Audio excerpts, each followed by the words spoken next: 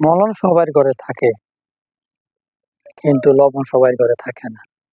হয়তো শেষ হয়ে গেছে, আনতে ভুলে গেছে, অন্যের কাছে দৌড়ায়। কিন্তু ব্যথাটা লাগলে সেটা মলমটা সবাই দিতে পারে না। হয়তো নিজের মলম নিজে সব জায়গায় লাগাতে পারে না।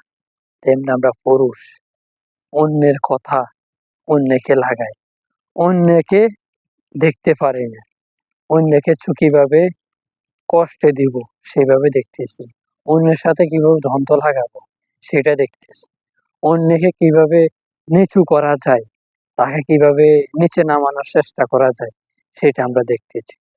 আরে ভাই, এগুলাকে মানুষের কাজ ঠিক না।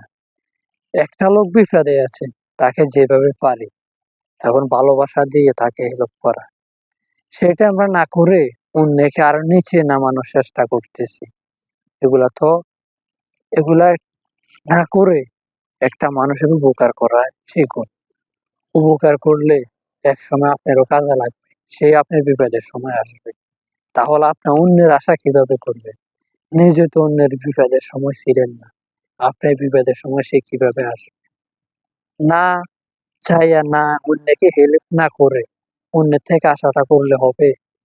নিজে আগে অন্যকে সহযোগিতা করতে শিখুন, তারপরে নিজে সহযোগিতা পাবেন। সহযোগিতা না করে বলেন যদি আমি তো বিপদে ছিলাম, আমার পাশে কেউ পাইনি, পাইবেনটা কিভাবে? আগে নিজে অন্যকে হেল্প করবেন, তাহলে আপনি আশা করতে পারবেন।